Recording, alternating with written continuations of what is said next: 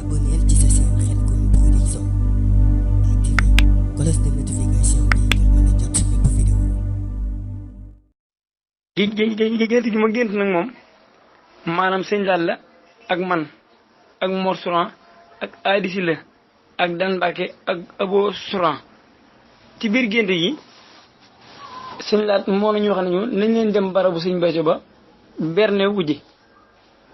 ñu ànd ak moom ci wotoom sëñ bi wax Dan Mbacke ne ko nañ yóbbaale café gi ak miskin ni biñ àndee ba dem ba ci barabu Serigne Saliou ba billahi wallahi taalahi biñ ñëwee ba bay dugg ci barab bi dañoo dajanteeg Serigne Saliou mu génne ci barabu sëñ Béthio bi bi mu génnee daan nañu agsi ngeen si sëñ Laat ci boobu moo ko tontu mu ne ko waaw Mbacke agsi nañ de mënuñu jàll ci leen bi ñuy jàll si Dan Mbacke mu yor café gi mi ngi bëgg a toog sëñ bi ne ko déedéet ne ko jàll si indaale loolu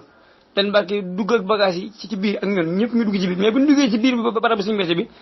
maanaam pax mi nga xam ne fa lañ denc sëñ Béthio maam pax ma léegi dara nekkul fa daa mel ni pax mu bees mun ba wax ñaari leetar moo nekk ci biir pax mi benn bi ne ci koñ bee benn bi ne ci koñ bii bi ñu egsee rek sëñ bi daal di wax sëñ Laat ne ko xoolal jëlal ñaari leetar yooyu nga xool ko sëñ Laat bi mu sëggee sëñ bi ne ko yeggal suuf ñëpp ñu ngi dégg ko yeggal suuf nga xool ko sëñ Laat bi mu jëlee ñaari leetar yi billaahi sëñ bi ne ko defal benn bi sa poos mu jël benn bi def ci poosam sëñ bi ne ko teppal benn bi mu tekkee benn bi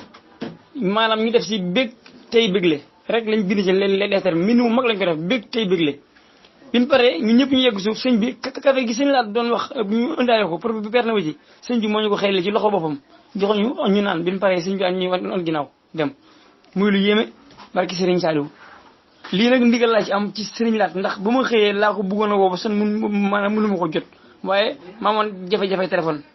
moom moo tax ma wax ko mu ne ma nag képp koo xam ne si nii xamee nga ko ci gént gi na nga ko wax ko ba ci sëñ Mor Souran woo naa ko léegi wax ko barki Serigne Saliou